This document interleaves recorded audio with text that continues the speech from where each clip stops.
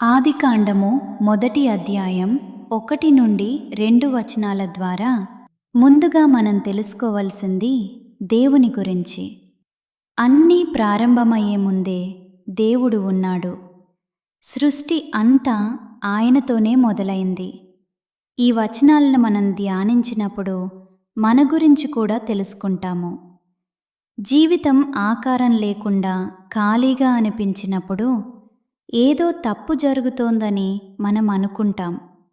కానీ ఇక్కడ దేవుడు మనతో మాట్లాడుతున్నాడు. ఆయన మనకు నేర్పేది ఇదే. ఆయన నిశ్శబ్దాన్ని తప్పుగా అర్థం చేసుకోకూడదు. ఈ వాక్యం మనకు ఒక విషయం తెలియజేస్తుంది. నిరాశను దూరం పెట్టాలి.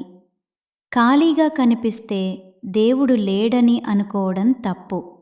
దాని బదులుగా దేవుడు ఎలా పనిచేస్తాడో మనం చూస్తాం.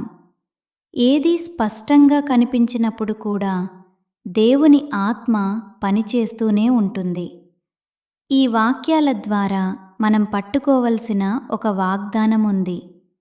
దేవుడు మొదలుపెట్టిన పనిని ఎప్పటికీ విడిచిపెట్టడు. దేవుడు మనలను పిలుస్తున్నాడు. ఆయనపై విశ్వాసముంచమని, నమ్మకంగా ఎదురుచూడమని.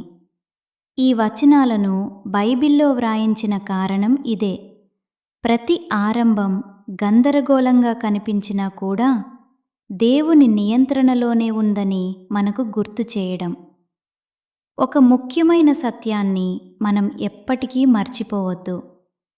జీవితం ఇంకా పూర్తి కాలేదని అనిపించినప్పుడు కూడా దేవుడు ఇంకా పనిచేస్తూనే ఉన్నాడు. కామెంట్ చేయండి. మేము మీకోసం ప్రార్థిస్తాం.